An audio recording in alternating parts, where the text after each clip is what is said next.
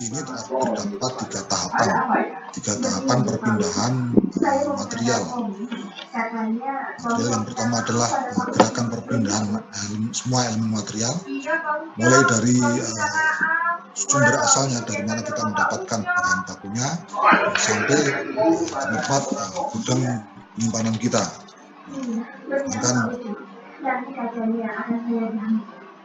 Yang terjadi selama proses produksi. Jadi bagaimana bahan baku tersebut berpindah dari mesin satu kemudian menjadi bahan setengah jadi, melakukan proses berpindah ke mesin berikutnya, bagaimana nanti pola alirannya, bagaimana kita menemukan tempatnya agar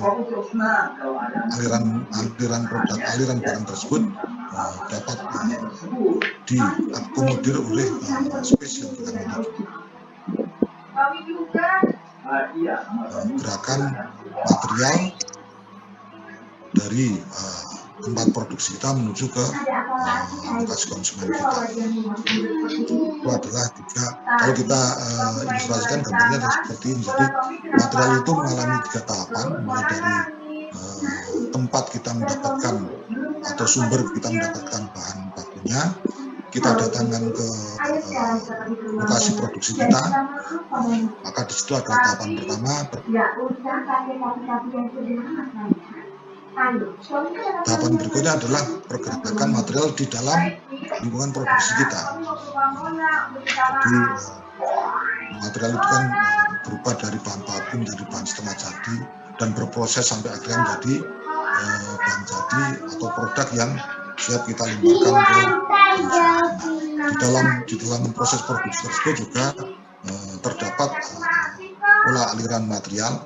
Di situ ada bagaimana pergerakan material dari tempat produksi satu ke produksi yang lain, apakah pergerakannya dengan secara mekanik ataukah dengan manual dengan gabungan personil ataukah dengan alat bantu yang lain. Nah, kemudian yang terakhir adalah pada saat sudah menjadi produk jadi, maka produk itu kita kirimkan ke konsumen. Nah, ini adalah tahapan ketiga, pergerakan aliran material.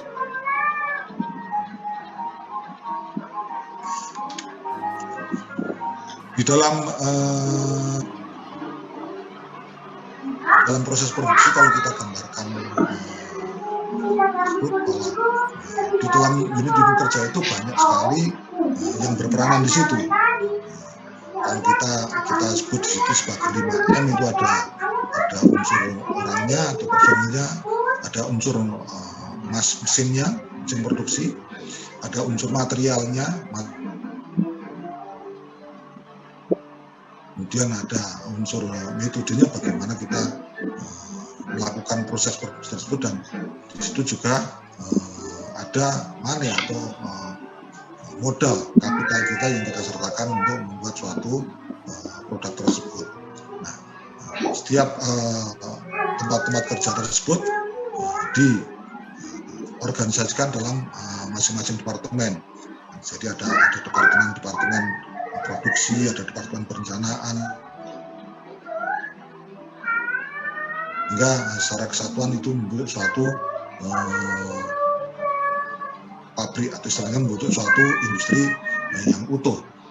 Jadi kalau kita gambarkan secara berbeda seperti itu, dalam suatu unit produksi, dalam suatu pabrik itu terdiri dari beberapa departemen yang membentuk unsur pabrik tersebut. Tiap-tiap departemen memiliki fungsi masing-masing. Seperti departemen produksi, ada departemen pemeliharaan, ada departemen pemasaran dan sebagainya. Dan masing-masing departemen memiliki unit kerja masing-masing. Nah, di dalamnya kita katakan di situ ada unsur 5M yang membentuk masing-masing unit kerja tersebut. Nah, pada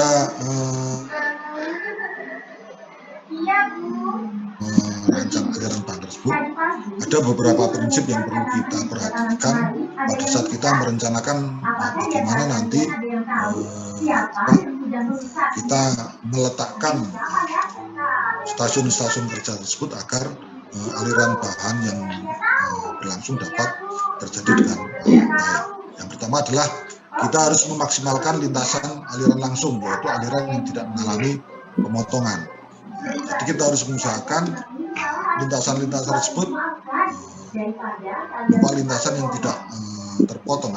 Artinya lintasan tersebut merupakan lintasan yang mulus dari awal lintasan sampai dengan akhir lintasan. Dari bahan baku awal menuju ke proses mesin satu dan ke mesin lainnya itu berlangsung secara kontinu, tidak ada mengalami gangguan atau interupsi. Di dalam suatu unit produksi kan terdiri dari beberapa aliran. Di lantai kita gambarkan kena karpet di lantai. Untuk suatu produk itu bisa terdiri dari beberapa meja itu loh, pakai mejanya komponen yang membentuknya. Nah, masing-masing komponen tersebut memiliki aliran produksi masing-masing. Nah, kita harus memaksimalkan bahwa masing-masing aliran tersebut bisa di aliran yang lain. Nah, kemudian prinsip yang kedua adalah meminimalkan aliran dapat dilakukan dengan cara menyederhanakan aliran kerja.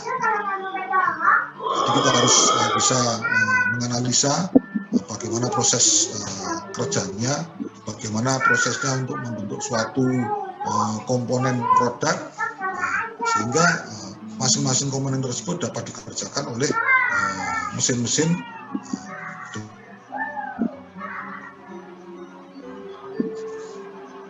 Jangan sampai kita membuat suatu aliran itu yang terlalu istilahnya kompleks, sehingga harus membuat suatu aliran yang mengganggu dengan aliran yang lain.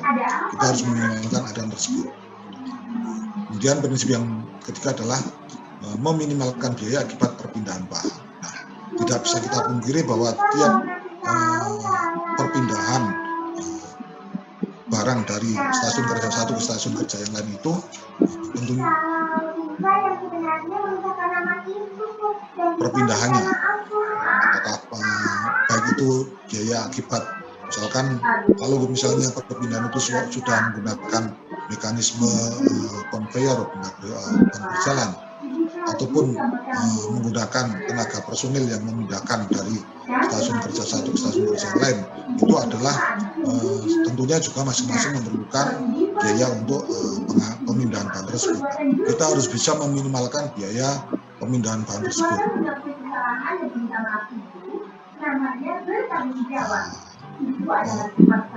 Meletakkan stasiun kerja dengan proses yang berurutan tersebut secara berdekatan, sehingga jarak yang ditempuh dari stasiun kerja satu ke berikutnya prosesnya itu tidak terlalu jauh. Ini adalah salah satu caranya. Ini prinsip-prinsip yang perlu kita perhatikan pada saat kita merencanakan nanti aliran bahannya pada saat merencanakan proses produksi. Nah, ini untuk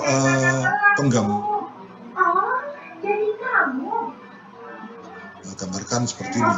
Yang di atas ini adalah uninterrupted flow path, jadi pola aliran yang tidak terputus.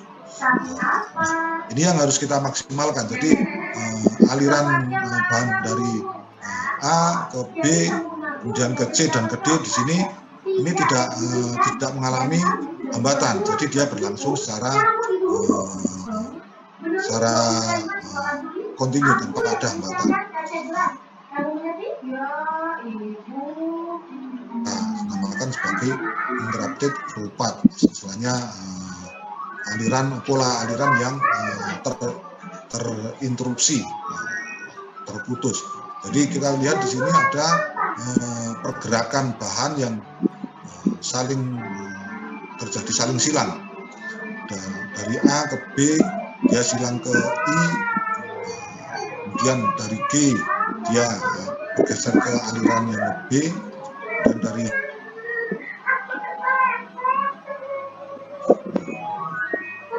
C saling menginterupsi antara pola aliran yang A, kemudian aliran yang dari G ke B ke I, kemudian aliran yang jadi di sini terjadi pola aliran yang saling mengganggu. Pada saat kita merencanakan tadi yang kita sampaikan, kita harus bisa memaksimalkan aliran-aliran yang tidak terputus. Jadi kita harus mengusahakan aliran-aliran itu seperti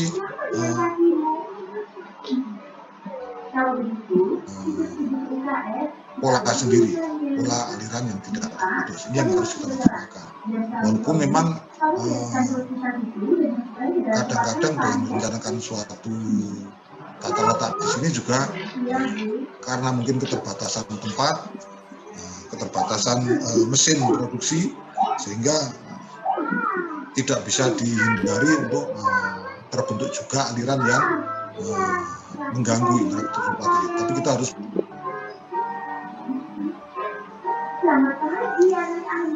ini adalah jenis aliran. Jangan kita flashback lagi untuk tipe-tipe prosesnya dan tipe layoutnya. Kita kemarin sudah membicarakan tentang tipe prosesnya, jenis prosesnya kita mengenal antara yang tipe yang continuous, intermittent, dan special project. Sedangkan yang untuk kita meletakkan mesin, kita memiliki ada 3 jenis layout. Ada produk layout. Produk layout itu yang berdasarkan aliran produknya, jadi sesuai dengan produk yang dibuat mengalir. Sedangkan kemudian ada tipe layoutnya adalah yang tipe proses layout. Proses layout kita flashback lagi. Proses layout itu adalah dengan mengumpulkan beberapa pokoknya. Jadi misalnya mesin bubut terkumpul dengan mesin bubut, mesin bor dikumpulkan dengan mesin bor. Jadi sesuai dengan fungsi masing-masing produksinya. Kemudian juga yang fixed position ini adalah yang bersama dengan pekerjaan proyek. Tadi istilahnya untuk produknya tetap, tapi alat-alat kerjanya yang mobile. Ini adalah basic layout yang kita miliki, yang kita jadikan acuan pada saat kita merencanakan aliran bahan.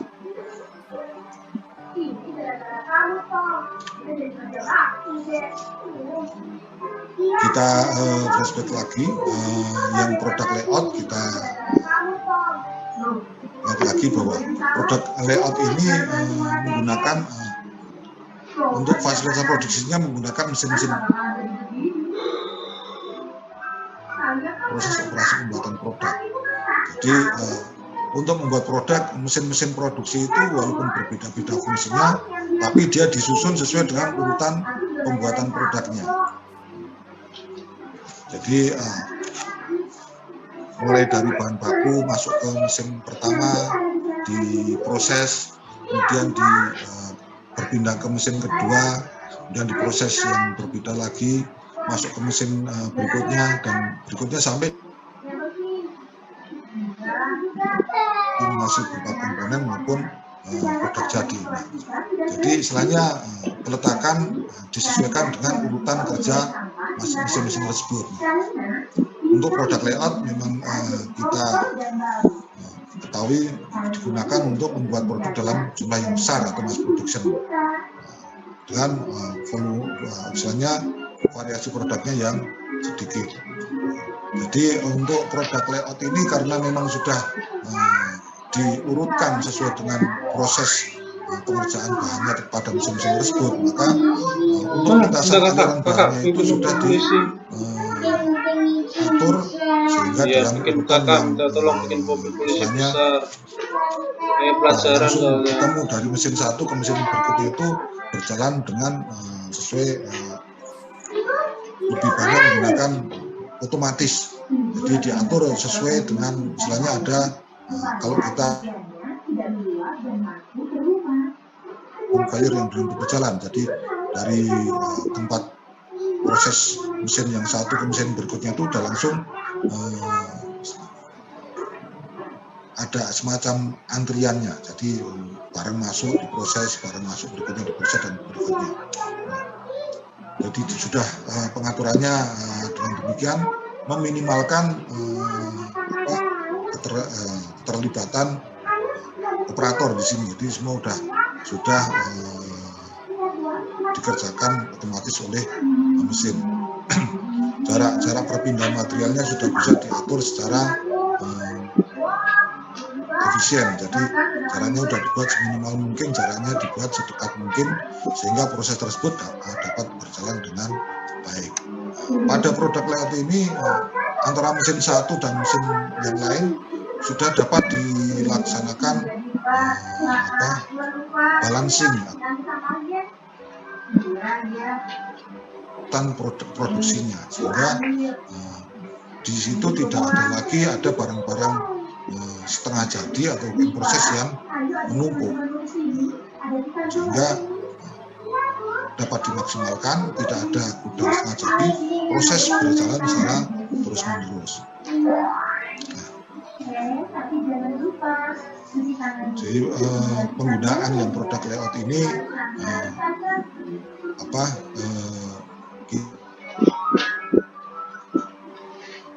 produksinya seminimal mungkin dan kecepatan produksinya itu bisa disesuaikan dengan kecepatan mesin yang paling rendah. Sudah bisa dimaksimalkan dengan penempatan mesin-mesin itu sesuai sehingga untuk space atau area yang kita miliki bisa kita gunakan semaksimal mungkinnya. Dengan menempatkan mesin yang sudah otomatis ini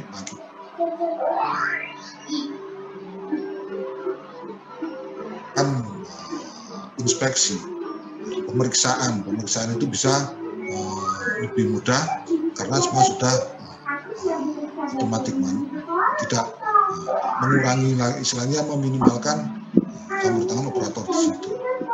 Namun beberapa kerugiannya juga bisa kita lihat bahwa untuk produk layout ini karena mesin-mesinnya sudah special purpose, sudah mesin-mesin yang khusus, sehingga maka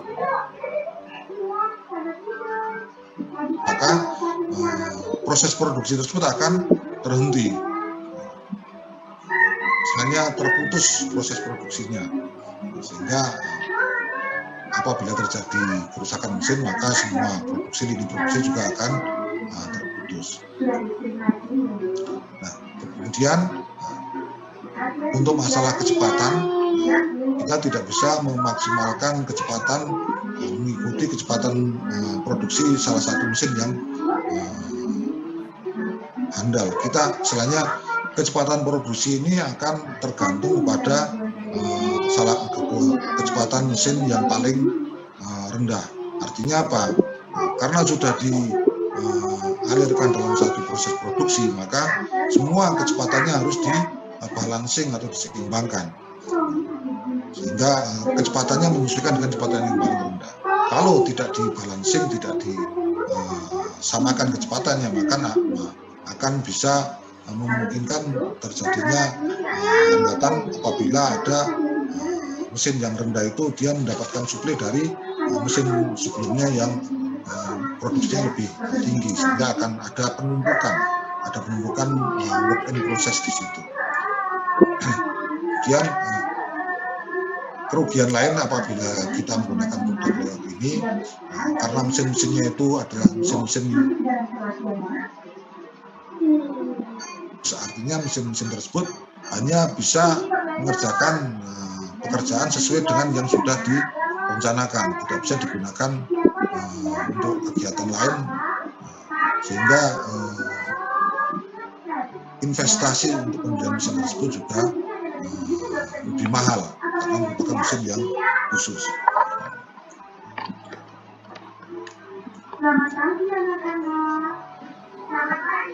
Contoh untuk produk layout ini dapat kita gambarkan seperti ini. Jadi dalam suatu unit produksi ada salah satu produk yang memiliki 4 komponen di dalamnya. Jadi untuk katakanlah untuk membuat produk A itu harus ada 4 komponen yang dibuat, sehingga ada lini produksi 1, 2, 3, dan 4.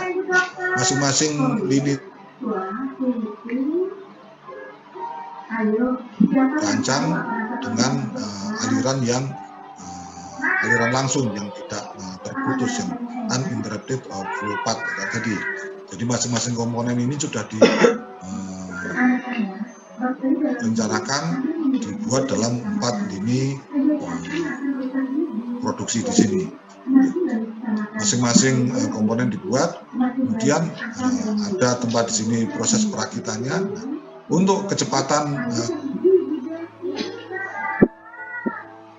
komponen ini agar tidak terjadi penumpukan salah satu komponen, sehingga kecepatannya harus diatur agar semuanya bisa memiliki kecepatan yang sama. Memang ini salah satu kerugiannya kalau produk lain adalah kecepatannya sudah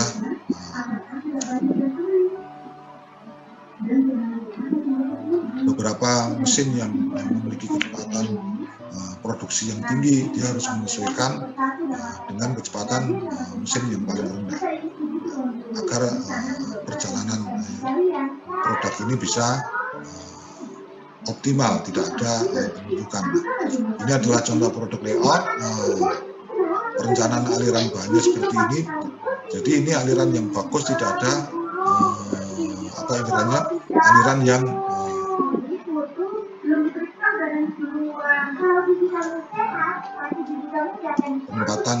penempatan mesin-mesinnya disesuaikan dengan urutan proses pembuatan barang tersebut. Misalnya dari bahan mentahnya, katakanlah pipa di sini di komponen 1 dia mengalami pembubutan, kemudian pengeboran, kemudian digerinda, kemudian pengeboran lagi, diadopteri lagi, sampai ke komponen jadi di mesin hanya mengerjakan pekerjaan sesuai dengan yang sudah ditentukan tadi. Katakanlah untuk membuat lubang yang ukuran tertentu 10, katakanlah misalnya 10 cm. Ini ya mesin drill yang di sini hanya mengerjakan itu saja, tidak digunakan untuk keperluan yang lain, sudah berurutan sesuai dengan proses yang harus di bahan vakum menjadi bahan jadi. Jadi ini adalah contoh untuk penempatan sebagai produk layout dengan yang pola uninterrupted flow path. Nah, pada saat merencanakan aliran material tersebut, memang tadi kita harus memaksimalkan aliran-aliran yang tidak terputus ini.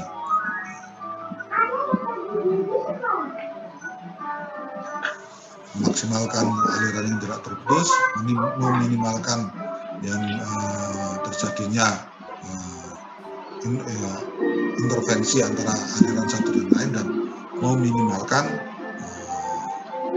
material handling cost-nya, biaya pemindahan material. Kita harus bisa meletakkan mesin-mesin tersebut agar perpindahan materialnya juga bisa diefisienkan.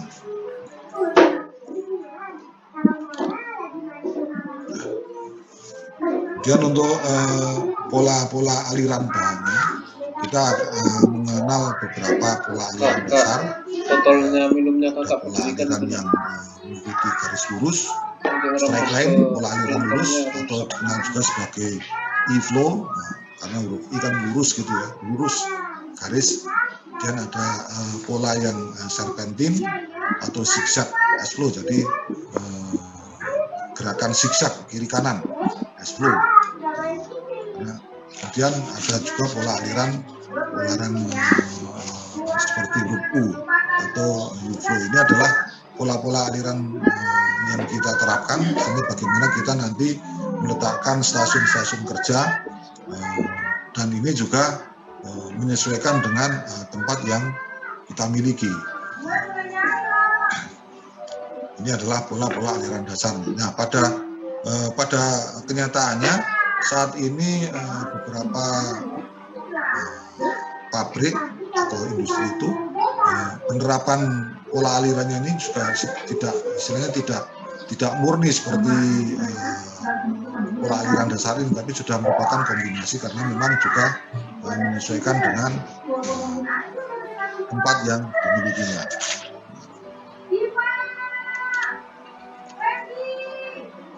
Ini pola aliran lurus, flow, straight line. Beberapa kegiatan atau proses produksi yang bisa menggunakan aliran pola lurus ini biasanya adalah proses produksinya itu berlangsung relatif singkat. Kemudian proses produksinya relatif sederhana. Artinya apa? Maksudnya proses yang dilaksanakan atau yang dioperasikan itu relatif sederhana, yang tidak rumit. Kemudian item tunggal atau sedikit, maksudnya adalah karena memang untuk pola aliran lurus ini kan lebih banyak digunakan untuk produksi massal, untuk menghasilkan produk yang volume banyak. Variasi produknya sedikit, artinya kadang-kadang satu aliran ini memang hanya mengerjakan satu item produk saja. Nah, pada pola aliran lurus atau inflow ini, maka jarak perpindahan yang pendek antar proses, artinya antara proses A, proses B, proses C, dan proses D ini kita bisa meminimalkan jaraknya. Peletakan mesin-mesinnya bisa dibuat sependek mungkin dengan memperhatikan bahwa aliran barang tersebut itu kontinu. Jadi kecepatan masing-masing lini sudah disamakan, diseimbangkan, sehingga tidak ada penumpukan barang di salah satu tempat kerja tersebut. Tidak ada yang menumpuk di tempat B atau di proses C, semuanya berjalan secara seimbang. Nah, untuk pola aliran lurus ini, proses yang terjadi pada barang tersebut memang terjadi secara berurutan. Jadi dari proses A ke proses B ke proses C dan proses D itu terjadi secara berurutan. Nah, dengan aliran yang seperti ini kita akan bisa meminimalkan jarak dan meminimalkan proses perpindahan itu kan secara kontinu, dan kita bisa meminimalkan biaya untuk perpindahan materialnya. Nah, ini adalah salah satu pola dasar yang pola aliran lurus atau e-flow. Kemudian yang berikutnya adalah pola serpentin atau zigzag, atau dikenal juga sebagai S-flow. Nah, pola ini cocok diterapkan bila aliran proses produksinya lebih panjang dibandingkan dengan panjang area yang tersedia. Nah, artinya apa? Bahwa kalau kita akan menerapkan proses dengan aliran lurus e-flow, ternyata panjang alirannya tersebut melebihi dari katakanlah gedung yang tersedia atau tempat space yang kita miliki, maka kita bisa melakukan modifikasi dengan merubahnya menjadi pola zigzag ini, flow. Sehingga dengan membuat zigzag atau ini, maka panjangnya bisa kita reduksi, bisa kita kurangi, dan kita bisa memaksimalkan proses di sini. Ini adalah pola serpentin atau zigzag flow. Pola ini digunakan untuk mengurangi atau untuk memaksimalkan panjang lintasan yang ada. Jadi kita membuat ini menyesuaikan dengan ukuran gedung atau ukuran pabrik yang kita miliki. Kita terapkan dengan zigzag S-flow. Kemudian pola berikutnya adalah kita kenal sebagai pola aliran huruf U atau U-flow. Kalau kita di jalan kita kenal U-turn atau putar balik, nah, ini juga prosesnya seperti itu, ada proses yang semacam kayak putar balik. Nah, pola seperti ini kadang-kadang dibuat selain untuk memaksimalkan panjangnya gedung yang kita miliki, juga apabila kita menginginkan awal produksi dengan akhir produksi itu ada pada lokasi yang sama. Misalnya kalau kita lihat di sini diilustrasikan ada 6 proses, dari proses 1, 2, 3, 4, 5, 6. Proses 1 sebagai proses awalnya dan proses 6 sebagai proses akhirnya, akhir produksi. Nah, ini membentuk huruf U. Kita menginginkan antara proses awal dan proses akhir pada tempat yang sama. Nah, ini bisa kita lakukan dengan berbagai pertimbangan, misalkan pertimbangan masalah transportasi, kemudian pertimbangan masalah kemudahan untuk melakukan pengawasan. Ini adalah contoh pola aliran huruf U.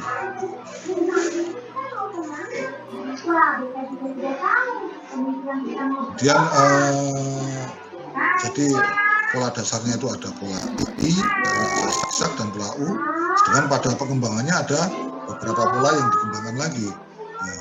Ada pola sirkular atau membentuk lingkaran, flow. Pola sirkular ini akan sangat baik kita aplikasikan apabila kita menghendaki memang produk akhir itu nanti pada akhirnya ada di titik awal produksinya. Hampir sama dengan pertimbangan yang tadi yang U-flow, hanya kalau di sini lebih membentuk lingkaran atau sirkular, ini kaitannya dengan tempatnya. Mungkin tempatnya kalau di sini lebih menyerupai kubus atau istilahnya lebih kotak daripada yang U-turn ini. Ini pengembangan pola aliran, pertimbangannya bersama dengan U-flow tadi, jadi antara awal produksi dengan akhir produksi pada titik yang sama. Pertimbangan lain masalah transportasi, masalah untuk memudahkan pengawasan dan lain sebagainya. Ini yang jelas ini juga mempertimbangkan tempat atau lahan yang tersedia. Ini adalah pengembangan dari pola alirannya.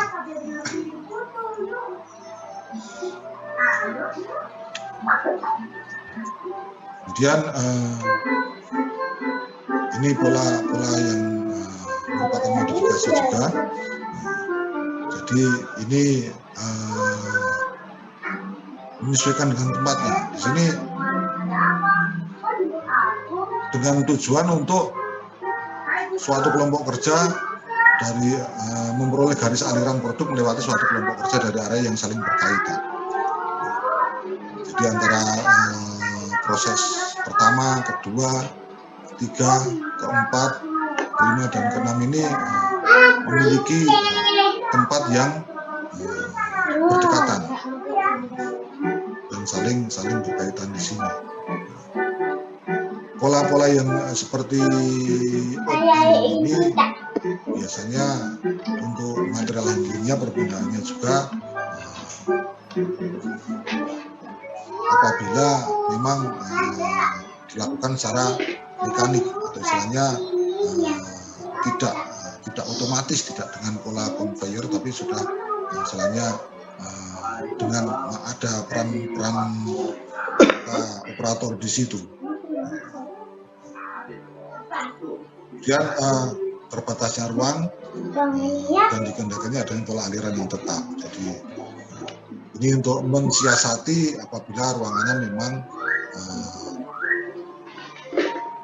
tidak cukup luas, ruangannya terbatas, tetapi menghendaki alirannya itu adalah aliran yang tetap. Jadi menghendaki proses tersebut mengalir secara kontinu, tapi kita memiliki keterbatasan masalah ruang, maka kita bisa menggunakan pola-pola yang demikian.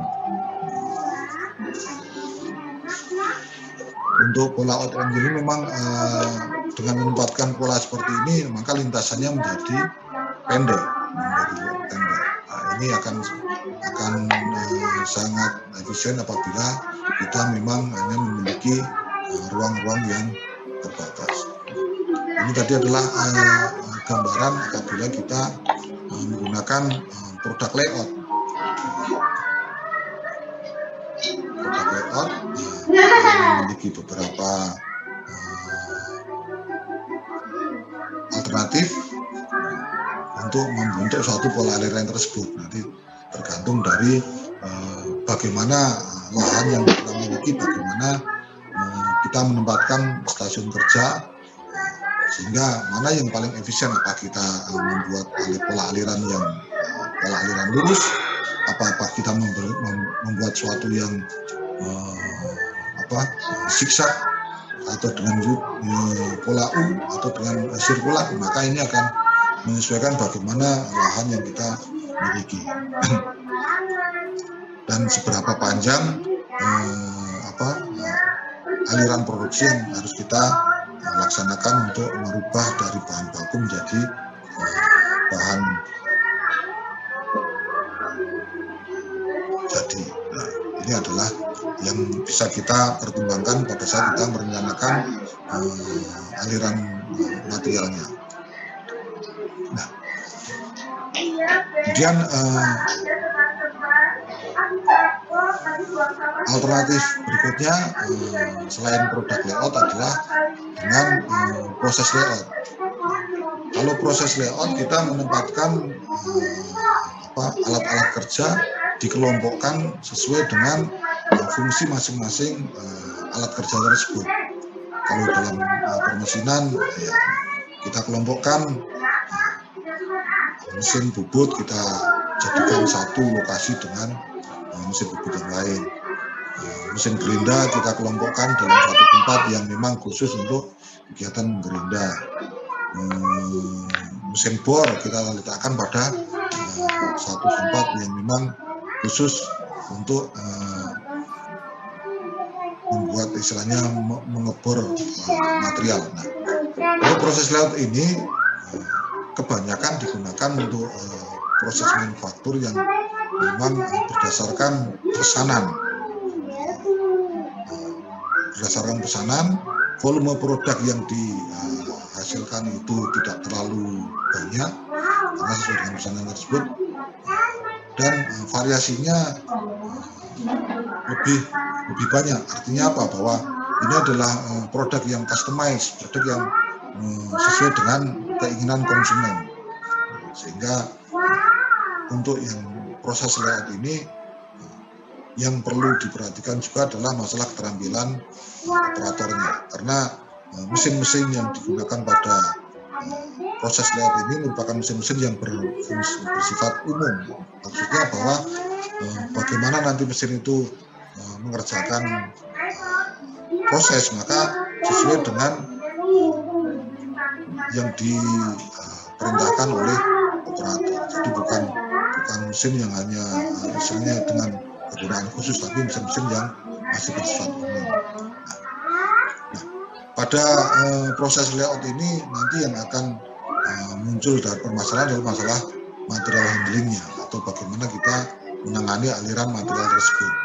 Karena dengan proses layout ini, dengan berbagai macam job order, berbagai macam pekerjaan yang bervariasi, maka perpindahan materialnya juga akan menyesuaikan dengan urutan pekerjaan tersebut. Sedangkan peletakan stasiun kerjanya sesuai dengan pengelompokannya, sesuai dengan jenis mesinnya, tidak diurutkan sesuai dengan urutan produknya, sehingga ada kemungkinan material tersebut akan berpindah, istilahnya ada proses maju, ada proses balik lagi ke mesin sebelumnya, karena urutan pekerjaannya mengharuskan demikian. Jadi nanti kalau untuk proses layout ini secara material handling akan menjadi salah satu permasalahan. Sedangkan seperti yang kita sampaikan tadi kan untuk yang produk layout itu sudah peralatan disusun sesuai dengan urutan kerjanya, sehingga material itu berjalan secara kontinu dari awal bahan baku sampai ke bahan jadi itu sesuai dengan urutan pekerjaannya tersebut.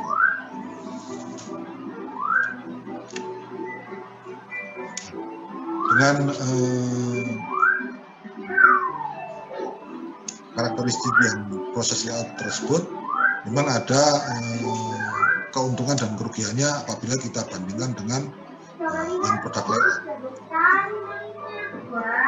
Dari segi investasi untuk pengadaan mesin-mesinnya, untuk yang proses layout ini karena mesin-mesinnya adalah mesin-mesin yang bersifat umum, bekerja secara umum, maka tentunya biaya investasinya untuk pengadaannya lebih rendah, karena bukan mesin yang dipesan secara khusus, mesin-mesin yang bersifat umum. Nah, di situ nanti yang akan berperan adalah operatornya. Memang kalau untuk yang proses layout ini diperlukan operator yang memiliki skill yang tinggi untuk melaksanakan pekerjaan. Misalnya bagaimana nanti mesin itu bekerja ditentukan oleh kepandaian operator pada saat mengerjakan sesuai dengan yang diinginkan oleh pemesan atau konsumen tersebut. Kemudian keuntungannya dalam hal pengawasan itu bisa dioptimalkan dengan melaksanakan pengawasan pada bagaimana nanti proses pekerjaannya. Keuntungan lain juga, apabila terjadi trouble pada salah satu mesin, maka dia tidak akan berpengaruh secara total pada keseluruhan lini produksi, karena mesin-mesin tersebut bersifat secara umum, sehingga apabila salah satu mesin rusak, maka dia masih bisa menggunakan mesin yang lain. Katakanlah misalnya mesin bubutnya ada 6, 1 rusak, 5 masih berfungsi dan semuanya bisa dikerjakan untuk pekerjaan sesuai dengan yang diinginkan.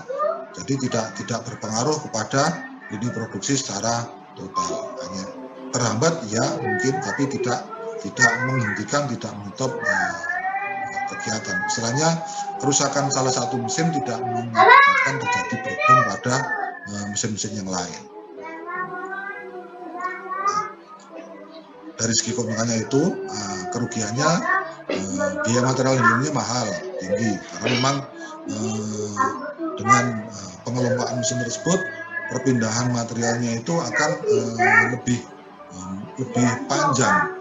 Dia bisa berjalan dari satu stasiun kerja ke stasiun kerja yang lain dan bisa balik lagi, dan itu dalam beberapa kasus akan bisa mengakibatkan perjalanan material tersebut lebih panjang, dan akibatnya apa? Biayanya, kosnya lebih tinggi. Kemudian kesulitan dalam melakukan keseimbangan lintasan karena adanya problem idle atau delay. Nah, karena masing-masing mesin itu berfungsi secara umum, maka kecepatan mesin itu ditentukan oleh keahlian dari masing-masing operator, sehingga tidak mudah untuk men-setting kecepatan masing-masing unit produksi agar menghasilkan kecepatan yang sama, karena tergantung dari keahlian operator. Efek lainnya adalah bisa terjadi kemungkinan adanya penumpukan work in process dalam suatu unit, dalam satu satuan kerja. Maksudnya mungkin ada di mesin bubut ini dia lebih cepat, sedangkan di mesin gerinda dia lebih lambat, sehingga ada penumpukan barang yang sudah dibubut menunggu untuk digerinda, itu ada penumpukan di situ, sehingga dengan adanya penumpukan di salah satu satuan kerja, akhirnya kita memerlukan lagi kita harus menyediakan tempat untuk sebagai penyimpanan barang setengah jadi tadi. Work in process-nya kita memerlukan tempat. Ini termasuk salah satu kerugiannya. Kerugian yang lain adalah untuk melakukan setting mesin sesuai untuk pekerjaannya. Itu karena memang mesin-mesin yang kita gunakan pada proses latihan itu mesin-mesin yang berfungsi secara umum, maka memerlukan waktu, istilahnya kalau mesin itu kita gunakan untuk kegiatan yang lain, kita harus melakukan setting lagi. Secara gampangnya, apabila kita misalnya memiliki ada mesin bor, pada saat kita mengebor dengan ukuran 8 cm, kemudian proses berikutnya adalah pembuatan lubang dengan diameter 12 cm misalnya kan, kita harus melepas mata bor tersebut, kemudian mengganti, melakukan setting lagi. Ini memerlukan misalnya ada waktu untuk settingnya. Bang, jangan di situ bang, nanti wifi-nya kesenggol bang. Kecepatan produksi. Kemudian juga itu, di dalam proses pinjam. Kita harus menggunakan operator yang benar-benar skillnya mumpuni. Karena memang mesinnya adalah mesin yang berfungsi secara umum, maka untuk melaksanakan pekerjaannya harus yang operator yang berbeda. Pada saat kita menggunakan produk layout, maka mesin-mesin sudah disetting untuk melakukan pekerjaan yang khusus, sehingga operator lebih cenderung sebagai mengawasi prosesnya, tidak melakukan pekerjaan dengan mesin tersebut. Ini adalah kerugian apabila kita menggunakan yang proses layout. Nah, ini contoh layoutnya apabila kita meletakkan mesin-mesin dengan sesuai dengan proses layoutnya, sesuai dengan jadi kalau untuk proses layout ini, mesin-mesin kita kelompokkan, kita letakkan pada suatu tempat sesuai dengan jenis mesinnya. Di sini kita bisa lihat mesin bubut kita letakkan bersama dengan mesin bubut. Mesin drill kita letakkan bersama dengan mesin drill. Kemudian mesin perata kita letakkan jadi satu. Nah, sehingga untuk proses produksinya ini alirannya bisa istilahnya apa bang, ngacak dari situ bang. Katakanlah ini contoh yang komponen yang atas ini. Nah, komponen di sini ada tiga produk.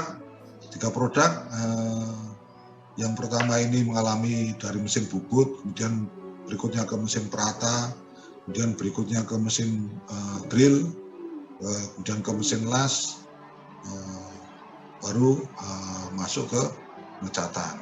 Nah, kemudian yang produk kedua ini diawali ke mesin bubut, kemudian ke mesin drill, balik lagi ke mesin bubut, kemudian ke mesin las, baru kemudian ke pengecatan. Jadi yang bahan ketiga ini lebih panjang lagi jalannya, masuk ke mesin perata, masuk ke mesin drill, masuk ke mesin gerinda, masuk ke mesin perata lagi. Nanti Jadi wifi-nya kesenggol nak. perpindahannya Dava. di sini kita sampaikan tadi material handlingnya itu lebih bermasalah karena memang perpindahan materialnya tersebut berjalan mengikuti kemana dia akan mengalami proses. Jadi sedangkan masing-masing mesin itu sudah dikelompokkan di tempatnya masing-masing, sehingga untuk yang proses layout ini nanti permasalahannya adalah di material handlingnya. Nah, biaya material handlingnya lebih mahal. Terus kalau kita perhatikan di sini di kelompok mesin bubut ini ada 4 mesin bubut. Nah, pada saat salah satu mesin bubutnya mengalami permasalahan, maka dia tidak akan mengganggu keseluruhan proses produksi. Ini adalah salah satu keuntungan kalau untuk proses layout. Apabila ada kerusakan di salah satu mesin, maka dia tidak akan membuat proses produksi yang lain itu breakdown atau mengalami penyetopan atau berkendala, enggak, tapi bisa dialihkan ke mesin yang lain. Artinya dengan memindahkan pekerjaan ke mesin yang lain, ya tetap akan mengganggu proses produksi, tetapi tetap berjalan walaupun mungkin mengalami keterlambatan dan sebagainya. Ini apabila kita menggunakan proses layout ada permasalahan pada salah satu mesin. Nah,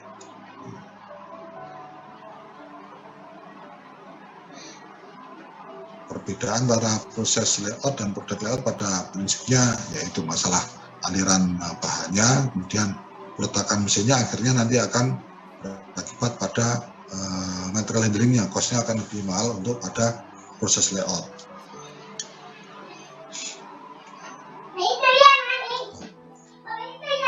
Ini kita ilustrasikan. Di sini ada proses layout pada manufaktur. Kalau proses layout itu ada semua mesin diletakkan dalam satu tempat, kita bisa melihat di sini ada dua contoh yang garis merah dan garis biru. Ini adalah mewakili kita kan di sini ada dua produk yang dihasilkan. Di sini alirannya mulai dari di departemen latte ini ada mengalami 3 proses, kemudian masuk ke milling departemen, masuk ke drilling departemen, kemudian masuk ke grinding departemen, balik lagi ke milling, kemudian balik lagi ke drilling, baru kemudian ke pengecatan, plating. Jadi di sini kalau kita lihat untuk yang garis merah ini prosesnya cukup panjang dan ada proses baliknya di sini, mulai dari drilling, balik ke grinding, balik ke milling, drilling lagi, baru ke pengecatan. Dan kalau yang biru ini lebih istilahnya alirannya lebih singkat, tidak ada proses baliknya. Nah, ini kalau kita lihat prosesnya bisa lebih. Ya gimana, nggak ada film terus kalau kita bandingkan dengan yang produk layout, mikirin dulu nak. Masing-masing memiliki mikirin ke sana, mau kamu pakai tak misalnya kerugiannya. Kalau untuk yang proses layout bang hilang nanti kabel itu bang, taruh bang tempat juga, jadi tempatnya kan bisa lebih sedikit. Bandingkan kalau misalnya kita membuat yang produk layout, berarti kita harus menyediakan space yang Pak, taruh tempatnya Pak. Tuh kesenggol kan tuh, wifi-nya kesenggol tuh.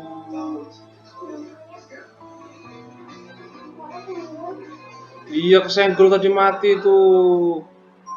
Makanya toh jangan pada main di situ. Ya udah ada filmnya gimana?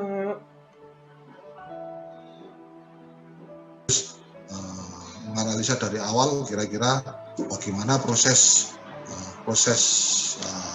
material tersebut mulai dari bahan baku menjadi bahan produk jadi, prosesnya melewati pekerjaan apa saja. Nanti kalau misalnya kita sudah menentukan prosesnya, baru kemudian kita bisa mempertimbangkan alternatif-alternatif pada pembuatan layout tersebut.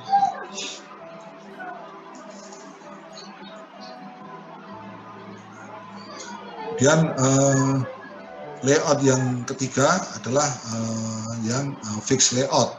Fixed layout itu kita ketahui bahwa fixed layout itu pada prinsipnya menggunakan dipakai untuk pekerjaan yang memang pekerjaan khusus, pekerjaan yang merupakan proyek besar, istilahnya memang produk yang dihasilkan adalah produk yang tidak bergerak, istilahnya yang dihasilkan itu barang yang khusus, mungkin volumenya gede dan pekerjaannya kompleks, sehingga justru di situ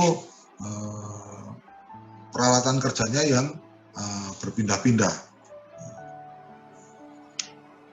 orangnya, mesinnya, perkakasnya, ini yang berpindah-pindah untuk mengerjakan proyek tersebut. Kemarin kita contohkan untuk fixed layout ini adalah pekerjaan seperti misalnya pembuatan kapal, pembuatan pesawat, kemudian konstruksi gedung dan lain sebagainya. Itu adalah tipe-tipe contoh-contoh pada saat kita menggunakan layoutnya adalah fixed layout.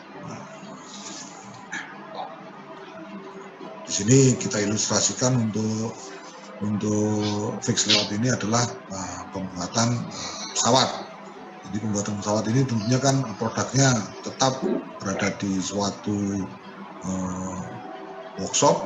Kemudian di situ peralatan kerja perkakas yang mendatangi tempat tersebut, mendatangi produk tersebut, termasuk orang-orangnya yang pekerjaannya yang mendatangi tempat di situ.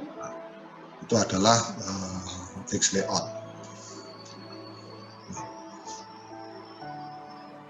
Kemudian berikutnya saya berikan ilustrasi di sini. Apabila kita membuat suatu pola aliran dengan mempertimbangkan keluar masuknya bahan, jadi ada bermacam pola aliran di sini. Di gambar ini ada 4 jenis aliran. Yang di atas, yang paling atas ini pola bahan masuknya, bahan bakunya dengan bahan jadinya keluar pada tempat yang sama. Nah, di sini kita gambarkan di sini ada 4 komponen, 4 aliran yang membentuk satu produk. Ini kita bisa gambarkan di sini. Jadi secara memanjang ini adalah proses masuknya, masing-masing aliran kemudian ke bawah. Kemudian setelah 4 aliran ini, masing-masing komponen ini menjadi barang jadi dan dirakit menjadi satu produk, maka kita alirkan, kita gunakan di sini sebagai pintu keluarnya, pintu barang jadinya pada tempat yang sama dengan tempat masuknya. Kemudian hampir sama dengan yang sebelah kiri, yang sebelah kanan ini hanya ada satu aliran bahan di sini. Jadi di sini membentuk pola zigzag dari barang masuk, kemudian sampai ke bahan jadi keluar, ini hanya ada satu aliran aja. Jadi di sini hanya satu produk dan satu aliran masuk di sini. Ini dan yang di bawah ini tempat masuk dan tempat keluarnya pada tempat yang berbeda. Misalnya berseberangan, kalau ini di kiri atas, keluar masuknya di kanan bawah. Nah, contoh di sini ada 4 aliran juga, ada 4 komponen yang diproduksi untuk menghasilkan produk jadi. Nah, ini contoh aliran. Contoh kita membuat suatu pola aliran, dapat kita lihat di sini juga. Yang di sebelah kanan bawah ini tempat keluar dan tempat masuk dan tempat keluarnya di tempat yang berbeda. Namun di sini hanya ada satu aliran saja, hanya ada satu pola aliran. Di sini kita gambarkan dengan pola aliran zigzag.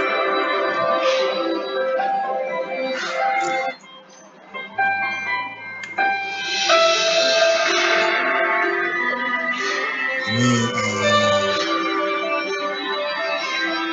contoh yang lain kalau kita merencanakan suatu pola aliran material sesuai dengan tempat masuknya dan tempat keluarnya.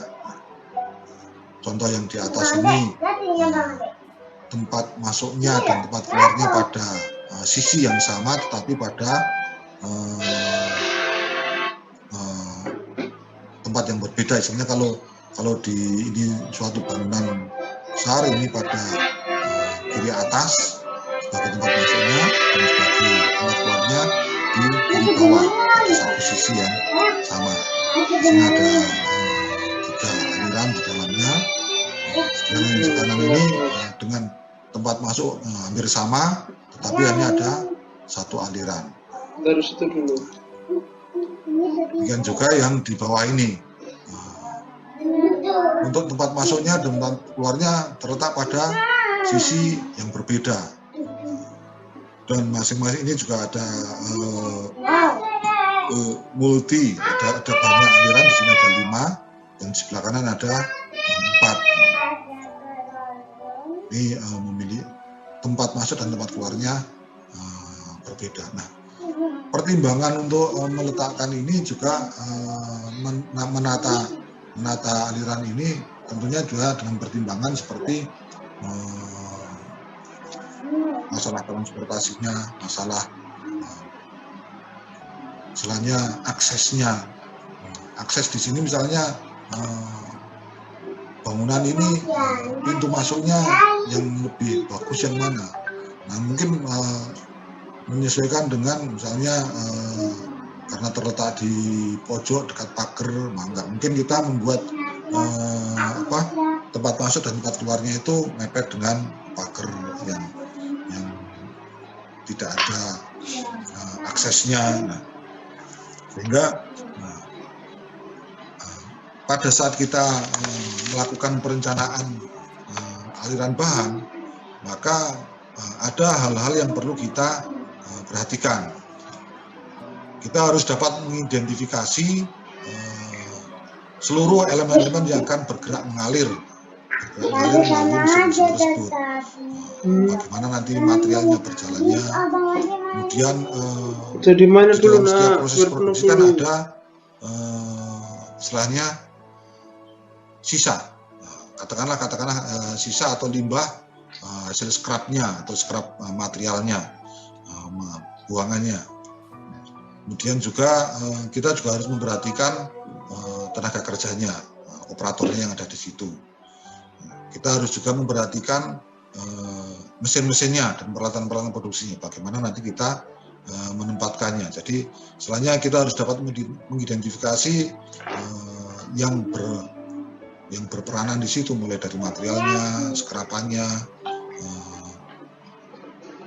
kemudian operatornya dan juga mesin-mesin produksinya. Data-data tersebut harus kita dapat kumpulkan semua. Sehingga kita juga harus mengetahui rute produksinya. Jadi produksi bahan tersebut nanti mulai dari mesin 1 ke mesin kedua, ke mesin ketiga, dan lain sebagainya, kita juga harus mengumpulkan data-data tersebut. Setelah itu kita harus juga memperhatikan faktor-faktor yang terkait dengan elemen tadi, elemen-elemen bahan-bahannya tadi. Kita harus mengetahui karakter bahannya, karakter materialnya yang akan dikerjakan atau yang dipindahkan. Apakah barang tersebut mudah pecah atau barang tersebut mungkin berat dan sebagainya. Kemudian kita juga harus mempertimbangkan peralatan untuk memindahkan material tersebut. Jadi perpindahan material dari stasiun kerja satu ke stasiun kerja lain, kita juga harus mempertimbangkan peralatan yang dipakai untuk pemindahkan tersebut. Apakah memang itu nanti dipindahkan secara manual, diangkut dengan orang, ataukah dengan menggunakan forklift, ataukah memang perpindahan tersebut sudah kita menggunakan mekanisme otomatis dengan konveyor dan lain sebagainya. Kita harus perhatikan tersebut. Kemudian kita juga harus memperhatikan gerakan yang harus dilakukan oleh seorang operator mesin-mesin tersebut. Jadi bagaimana pergerakan seorang operator pada saat menjalankan mesin-mesin produksi, kita juga harus memperhatikan pada saat kita akan merencanakan kira-kira nanti aliran materialnya akan kita buat seperti apa, maka kita juga harus memperhatikan bagaimana nanti bekerjanya seorang operator tersebut. Kemudian kita juga perlu pertimbangkan lokasi dari departemen yang ada pada seperti penerimaan bahannya di mana, kemudian nanti penyimpanan barang jadinya di mana, produknya produk yang sudah selesai kira-kira di mana, maka kita harus mempertimbangkan agar aliran bahan tersebut, material tersebut nanti tidak memberikan hambatan pada proses-proses tersebut. Kemudian kita juga harus mempertimbangkan lintasan di dalam unit produksi tersebut. Katakanlah dalam space yang ada antara mesin-mesin tersebut mungkin ada lorong-lorongnya, kita harus juga mempertimbangkan lorong-lorong tersebut pada saat memperkirakan nanti aliran bahannya seperti apa. Karena ada kaitannya nanti dengan alat angkutnya. Kita merencanakan untuk memindahkannya dengan forklift, tentunya kita juga harus memperhatikan lintasan yang ditempuh oleh forklift tersebut. Itu juga harus kita perhatikan. Dan yang tidak kalah pentingnya, kita juga harus memperhatikan bentuk bangunan pabrik tersebut. Jadi apalagi misalnya pabrik tersebut memanfaatkan pabrik yang sudah ada sebelumnya, sehingga kita tidak membuat suatu pabrik yang baru, maka kita juga harus memperhatikan bangunan yang sudah eksis itu seperti apa, sehingga kita akan merencanakan agar bagaimana nanti fleksibilitasnya, pergerakannya, kemudian memperkirakan apabila nanti ke depan akan melakukan perluasan, ekspansi, apa kemungkinan atau enggak. Nah, itu hal-hal yang perlu kita perhatikan pada saat merencanakan pola aliran bahan tersebut. Nah, dari pertimbangan-pertimbangan tersebut nanti kita kemudian membuat suatu alternatif. Jadi kita alternatif pola aliran bahannya, kemudian peletakan mesin-mesinnya yang memungkinkan dari beberapa alternatif material, baru kemudian kita buat suatu analisa dan kita sampaikan untuk untuk dilakukan keputusan mana nanti yang kita putuskan untuk pola alirannya. Nah, kira-kira itu yang perlu kita pertimbangkan pada saat kita membuat suatu analisa untuk membuat aliran bahan.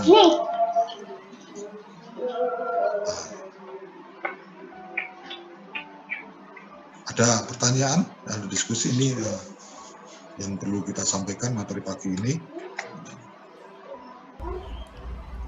Ingin tanya Bapak?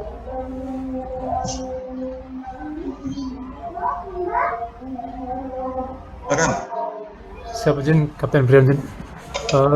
Untuk perencanaan layout ini izin, apakah ada kriteria khusus dari jenis bahan bakunya Pak? Semisal bahan baku itu adalah bahan baku yang tidak tahan lama atau tidak awet seperti bahan baku makanan. Apakah ada kriteria khusus dia harus memakai layout yang mana begitu Bapak? Terima kasih. Nah, ya memang karakteristik dari bahan yang kita pindahkan tersebut. Bagaimana karakteristiknya, apakah misalnya bahan tersebut sudah pecah atau misalnya barang tersebut bahan yang rawan, ya masing-masing bahan atau material kan memiliki sifat-sifat yang perlu kita antisipasi agar dapat kita lakukan perlakuan yang istilahnya dengan sebaik-baiknya, dan itu juga menyangkut masalah baik itu keamanan material tersebut, juga masalah keamanan personil yang melaksanakan material handling tersebut. Jadi ya kita tidak bisa menyamaratakan perlakuannya tersebut, makanya pada saat kita merencanakan kita juga harus memahami karakter-karakter dari material tersebut. Memang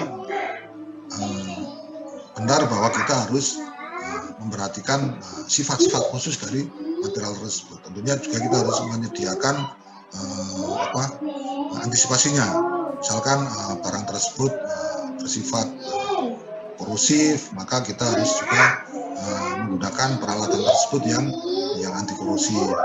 Misalnya bahan tersebut bersifat istilahnya ada mengandung gas-gas yang kira-kira membahayakan, maka personil yang melaksanakan material handling tersebut juga harus menggunakan peralatan yang safety. Nah, maka benar yang disampaikan Kapten Brian itu bahwa kita juga harus memperhatikan karakteristik dari bahan-bahan tersebut. Nah, justru dengan memperhatikan karakteristik tersebut yang kita jadikan bahan pertimbangan bagaimana nanti pola aliran material tersebut, bagaimana nanti kita akan menangani material tersebut dengan sebaik-baiknya. Demikian, Brian. Siap izin. Izin apabila diperkenankan bertanya lagi izin. Oh, silakan langsung. Siap. Izin, apakah pernah ada kasus izin? Jadi dengan adanya inovasi produk sehingga merubah layout produk layoutnya seperti mungkin aliran bahannya izin. Contoh mungkin di pemahaman kami izin yang mungkin salah izin, seperti misalnya perakitan mobil saat ini kan masih mobil menggunakan bahan bakar. Apabila nanti sudah Toyota ini sudah beralih ke semua mobil listrik, apakah ada kasus perubahan layoutnya untuk produksinya izin? Mungkin di kasus-kasus yang lain apakah ada gitu izin? Ya, terima kasih. Pada prinsipnya apabila ada perubahan desain, ada perubahan ada inovasi produk yang itu tentunya juga akan mempengaruhi bagaimana nanti perjalanan produk tersebut. Katakanlah yang bagi contohnya Kapten Brian tadi di otomotif, dengan nanti mungkin akan ada inovasi mobil hybrid.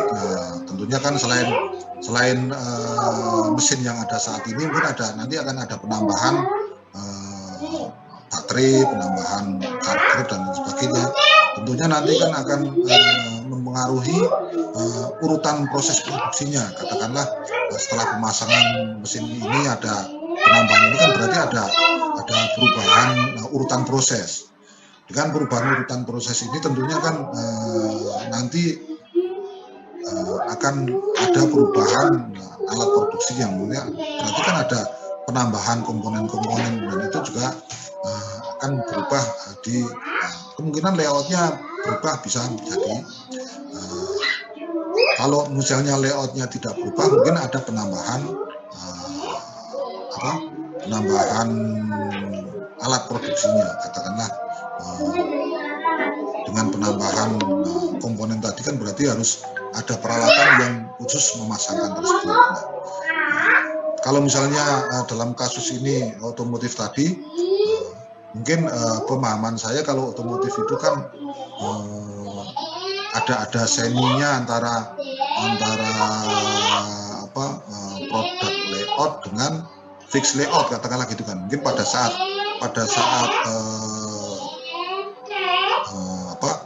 perjalanan karoseri yang bodinya itu berjalan misalnya dari tempat satu ke tempat yang lain ditambahkan. Tapi pada saat pemasangan komponen-komponen di dalamnya, mungkin ini sudah berubah menjadi fix layout. Jadi mobilnya sudah diam di situ, kemudian penambahan mesinnya, penambahan komponen-komponennya udah di situ. Jadi ya istilahnya apabila ada perubahan desain, tentunya akan merubah proses produksi dan layoutnya ada kemungkinan berubah. Ya, jelas seperti itu. Ya, Pak Jin, terima kasih, Pak Jin. Kemudian kalau misalnya perubahan desain itu di produk-produk yang bersifat produksi massal, katakanlah kalau kita contohkan yang kita makan sehari-hari, mungkin mie kan berbeda rasa ya, ada yang mie soto, ada yang mie goreng, ada itu kan kalau itu kan sudah produk massal. Jadi kalau ada inovasi, ada perubahan desain, ada perubahan itu kemungkinan akan menambah lini produksinya. Jadi ada kemungkinan seperti itu. Jadi tetap akan kalau ada inovasi tentunya akan merubah prosesnya dan layout mungkin akan berubah juga. Entah itu dengan ada penambahan komponen atau penambahan bahan bakunya dan lain sebagainya. Bacanya kayak K.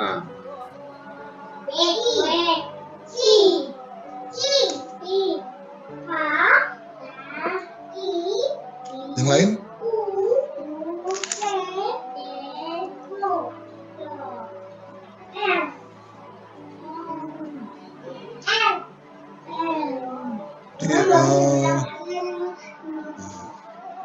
Saya tegaskan pada prinsipnya namanya perencanaan aliran material itu adalah dengan melakukan penggabungan beberapa pola aliran. Jadi memang pola aliran itu kan tidak bisa secara pure kita terapkan pada seluruh unit produksi. Jadi mungkin kita melakukan suatu modifikasi, melakukan suatu penggabungan dari beberapa kegiatan produksi dalam suatu pabrik itu ada beberapa pola kita lakukan penggabungan agar diperoleh pola yang efektif dan efisien. Tapi pada prinsipnya tadi tiga prinsip dasar tadi yang saya sampaikan di depan, bahwa kita memaksimalkan pola lintasan yang langsung yang tidak terputus, kemudian kita meminimalkan aliran dan juga kita meminimalkan biaya untuk material handlingnya. Jadi kita meminimalkan biaya untuk pemindahan materialnya. Jadi tiga hal pokok ini yang perlu kita pertimbangkan, tiga prinsip untuk melaksanakan merencanakan pola aliran material di dalam suatu kegiatan proses produksi itu.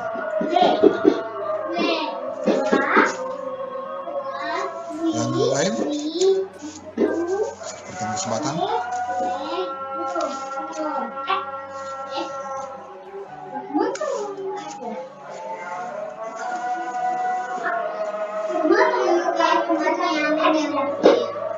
Masih ada yang berkenan memberikan diskusi? Izin bertanya begini, layout itu di bagian latih departemen itu yang paling atas dua kotak itu tidak dilewatin, sama yang di drilling itu ada beberapa yang tidak dilewatin tuh. Apakah memang pakemnya seperti itu atau bagaimana? Bukan, itu kan istilahnya karena itu kan hanya contoh.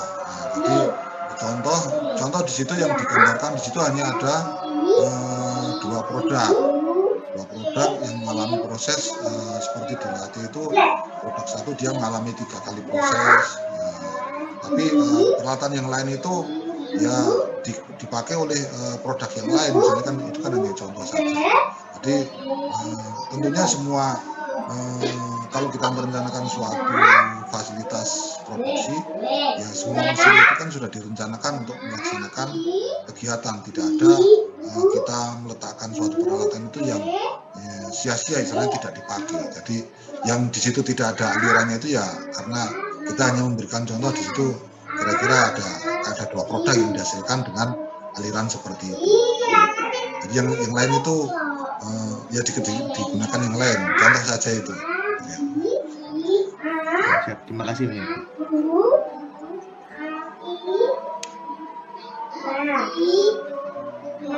Oke, kalau memang nggak ada lagi, mungkin nanti kalau ada masih yang mengganjal unek-unek bisa disampaikan. Kesempatan yang lain bisa, atau kalau misalnya ada yang masih penasaran mungkin mau diskusi, japri, boleh, silakan. Kira-kira itu yang bisa saya sampaikan pagi